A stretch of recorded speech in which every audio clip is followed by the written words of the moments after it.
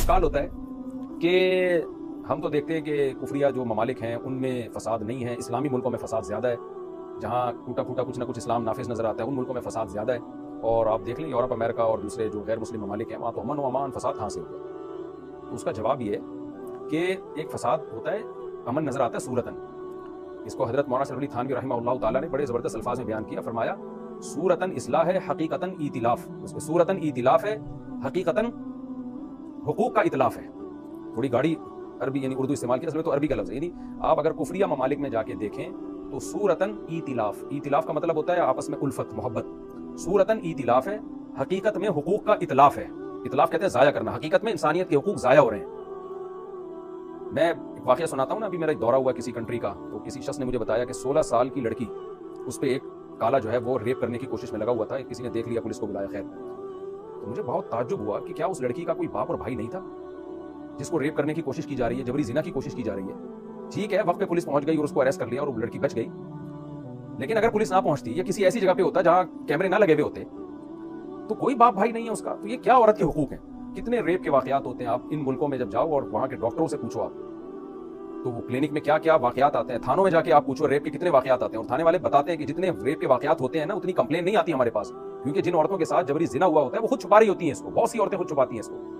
تو کوئی بیوی بنانے کے لیے سوسائٹی میں تیار نہیں ہے، عورت کو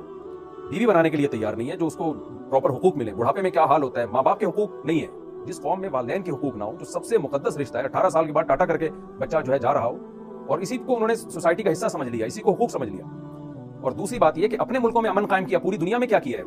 دنیا کو تباہی بربادی کے دہانے پہ ڈال کے اپنے ملکوں میں امن قائم کر لینا، یہ صورتاً امن ہے، حقیقتاً امن نہیں ہے۔ بات تو پوری دنیا کی ہو رہی ہے کہ زمین میں اللہ کہتے ہیں تم فساد بچاؤ گے۔ آج دیکھ لو نا غزہ میں کیا ہو رہا ہے، کیا ان مغربی اقوام میں کسی ایک بچے کے ساتھ ایسا ہو جیسا ہی بمبارمنٹ کے بعد غزہ میں ڈیلی بچوں کے ساتھ جو ظلم ہو رہا ہے نا، اب تو ویڈیوز آنا بھی بند ہو گئی، کسی بچے کا جبڑا پھٹا ہوا ہے، کسی کے پاؤں اڑ کے ادھر، وہ چھوٹے چھوٹے بچے ملبے کے نیچے دبے ہوئے ہیں، سانسیں چل رہی ہیں ان کی، کیمروں میں دکھایا جا رہا ہے۔ آپ مجھے بتاؤ ان یورپین اقوام اور ان مغربی اقوام میں کسی ایک بچے کو خراش بھی آ جائے نا، پوری دنیا سر پہ اٹھا لیتے ہیں یہ لوگ، اور کیسے یہ لوگ سب گونگے بن کے بیٹھ گئے، کیسے گھننے بن کے بیٹھ گئے جیسے کچھ ہو ہی نہیں رہا۔ تو بھائی یہ کفر جو ہے نا اوپر سے بہت، وہ یہ مولانا شریف تھانوی رحمہ اللہ کی بات ہے، صورتاً ایتلاف، دیکھنے میں لگے گا بڑا انسانیت اور دنیا میں حقوق، حقیقتاً حقوق کا اتلاف، یہ جملہ یاد کر لیں،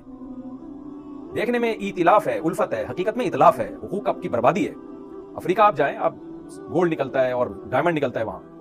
ان ملکوں کو تو ارب پتی ہونا چاہیے تھا، اتنے خزانے ہیں، لیکن جو ملک میں جہاں پتہ چلتا ہے جی خزانے نکل رہے ہیں، انہی ملکوں میں بدامنی پھیلا دی جاتی ہے، انہی ملکوں میں آپس میں لڑوا دیا جاتا ہے۔ تو یہ دیکھنے کی حد تک ہے، کہا ہے نا، ہے کواکب کچھ نظر آتے ہیں کچھ۔ اور دوسری بات وَتُقَطِّعُوا أَرْحَامَكُمْ، اللہ فرماتے ہیں رشتہ داری توڑ دو گے، یہ تو صورتاً بھی نہیں ہے ہماری رشتہ داری، بغیر باپ کے بچے پیدا ہو رہے ہیں، نہ چاچا، نہ پھوپھی، نہ خالہ، نہ ماموں، رشتوں کے نام ہی ختم ہو گئے۔ تو اللہ فرماتے ہیں کہ تم اگر جہاد سے پیچھے رہو گے اور دنیا میں کفر غالب آ گیا تو نتیجہ اس کا یہی نکلے گا کہ تفسدوا فی الارض، تم زمین میں فساد مچاؤ گے۔ مچانے کا مطلب تم زمین میں فساد مچانے کا ذریعہ بنو گے، کیونکہ تم نے جہاد کو چھوڑ دیا۔ یہ مطلب نہیں ہے کہ تم مچاؤ گے فساد، مطلب یہ ہے کہ جہاد سے پیچھے ہٹنا۔ ان تولیتم، اگر تم جہاد سے پیچھے ہٹے، اللہ کے احکام سے پیچھے ہٹے جس میں خاص طور پر جہاد ہے، تو پھر تم زمین میں فساد مچانے کا ذریعہ بنو گے۔ اس کی مثال بالکل ایسے جیسے ہم کہہ رہے ہوتے ہیں تم اس بچے کو سمجھاؤ، تمہاری اولاد ہے، اگر تم نے نہیں سمجھائے تو یہ اگر چور بنا تو اس کے ذمہ دار تم ہوگے، تم اس کو چور بنا رہے ہو اپنے ہاتھوں سے، تم اس کو برباد کر رہے ہو۔ یہی مطلب ہے اس آیت کا کہ فہل عصیتم، تم سے یہ توقع کی جا سکتی ہے، یہی احتمال ہے تم سے کہ تم اگر جہاد سے پیچھے ہٹے تو تم زمین میں فساد مچا لو گے، یعنی فساد کا ذریعہ بنو گے۔ وَتُقَطِّعُوا أَرْحَامَكُمْ، اور رشتہ داری توڑنے کا ذریعہ بنو گے۔ اس سے بھی پتہ چلتا ہے کہ اللہ کو زمین میں فساد پسند نہیں ہے، اور یہ بھی پتہ چلتا ہے کہ اللہ کو رشتہ داری جوڑنا کتنا پسند ہے۔ تبھی میں جلد نکاح اور کثرت نکاح کی ترغیبات دیتا رہتا ہوں، وجہ اس کی یہی ہے کہ نکاح ہے جو خاندانی نظام کو مضبوط کرتا ہے، رشتے بناتا ہے، رشتے بنتے بھی ہیں، جڑتے بھی نکاح سے، اور کافر نے نکاح ہی کو اپنی سوسائٹی سے نکال دیا جو رشتہ داری کی بنیاد تھی۔ آگے اللہ فرماتے ہیں اولئک الذین لعنہم اللہ، یہ وہ لوگ ہیں، کون لوگ؟ جو جہاد سے پیچھے ہٹتے ہیں، جہاد کی اہمیت کے قائل نہیں ہیں، اور زمین میں پھر اس طرح سے فساد کا ذریعہ اور رشتہ داری توڑنے کا ذریعہ بنتے ہیں۔ یہ وہ لوگ ہیں لعنہم اللہ، جن پر اللہ نے لعنت کی ہے، فاصمہم، ان کو بہرا کر دیا ہے، یعنی وہی بات ہے، دلوں پر مہر لگا دی۔ اب یہ اللہ کی آیات سنتے ہیں اثر نہیں ہوتا۔ وَأَعْمَى أَبْصَارَهُمْ، اور ان کی نگاہوں کو بھی اللہ نے اندھا کر دیا، سیدھا راستہ ان کو نظر نہیں آتا۔ أَفَلَا يَتَدَبَّرُونَ الْقُرْآنَ، اللہ فرماتے ہیں تو کیا یہ لوگ قرآن میں غور و فکر نہیں کرتے؟ أَمْ عَلَىٰ قُلُوبٍ أَقْفَالُهَا، یا ان کے دلوں پر، ان کے دلوں کے تالے پڑ گئے، غیبی تالے، یعنی دل میں سمجھنے کی صلاحیت ہی ختم ہو گئی ہے۔ فرمایا إِنَّ الَّذِينَ ارْتَدُّوا عَلَىٰ أَدْبَارِهِمْ، بے شک وہ لوگ جو اپنی پشت کے پیچھے، پشتوں پر پیچھے ہٹیں گے، یعنی دین سے پشت کے بل پیچھے ہٹیں گے، الٹے پاؤں پیچھے ہٹیں گے، من بعد ما تبین لهم الهدى، بعد اس کے کہ ان کے لیے ہدایت واضح ہو گئی ہے، ان کو پتہ چل گیا کہ اسلام برحق ہے، اللہ کے احکام برحق ہیں، اس کے باوجود اگر وہ پیچھے ہٹتے ہیں، خواہ کلی طور پہ پیچھے ہٹتے ہیں یعنی مکمل اسلام کو چھوڑ دیتے ہیں، یا لیبل اسلام کا لگاتے ہیں مگر اسلام کے احکام پر عمل نہیں کرتے، تو اللہ فرماتے ہیں الشیطان سول لہم، شیطان نے ان کو دھوکے میں رکھا ہوا ہے، واملا لہم، اور ان کو لمبی لمبی امیدیں دلا رہا ہے کہ مستقبل کی امیدیں دلا رہا ہے، ورنہ حقیقت میں اپنا مستقبل بھی یہ تباہ کر رہے ہیں۔ ذالک بانہم قالوا للذین کرہوا ما نزل اللہ، چونکہ منافقین ہی جہاد سے پیچھے ہٹتے تھے اور انہی پر اب اللہ کی طرف سے لعنت ہو رہی ہے، انہی کی آنکھوں کو اللہ اندھا کر رہے ہیں، تو اللہ فرماتے ہیں یہ مہر ہم نے اس لیے لگائی، اور شیطان کو ہم نے ان پر اس لیے مسلط کیا کہ یہ دوغلی پالیسیاں چلتے ہیں۔ وہ دوغلی پالیسی کیا ہے؟ قالوا للذین کرہوا ما نزل اللہ، یہ ان لوگوں سے کہتے ہیں جو اللہ کے نازل کردہ کو برا سمجھتے ہیں، یعنی ظاہری طور پہ بھی، صاف طور پہ بھی برا کہتے ہیں، جیسے کافر، وہ تو کہتا تھا ہم قرآن کو نہیں مانتے، تو یہ ان کافروں سے جا کے کیا کہتے ہیں؟ سنطیعکم فی بعض الامر، بعض چیزوں میں ہم تمہیں فالو کریں گے، ہم مکمل مسلمانوں کو فالو نہیں کرتے، بس ایک مذہب کے طور پہ ہم نے اختیار کیا ہے، لیکن کچھ چیزیں تمہاری ٹھیک ہیں، یعنی جب تمہارے خلاف مسلمان لڑائی کے لیے آئیں گے تو پھر ہم اتنے برے نہیں ہیں، ہماری تمہاری اتنی دشمنی نہیں ہے کہ ہم تم سے لڑنے بڑھنے پر آ جائیں، ہم تمہارا ساتھ دیں گے۔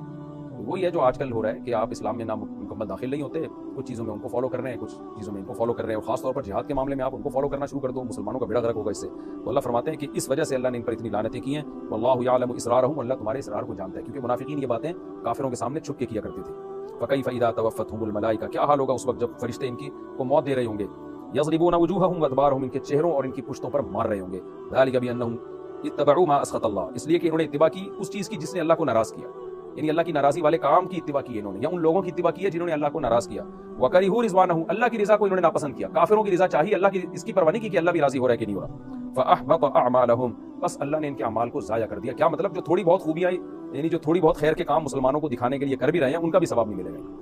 یہ رکوع ابھی الحمدللہ مکمل ہو گیا، اب ہم اگلے اور آخری رکوع کی طرف چلتے ہیں، سورہ محمد کا رکوع نمبر 4 یعنی آخری رکوع، اور 26ویں پارے کا رکوع نمبر 8، اس کا میں لفظی ترجمہ کروں گا، پھر انشاءاللہ اس کی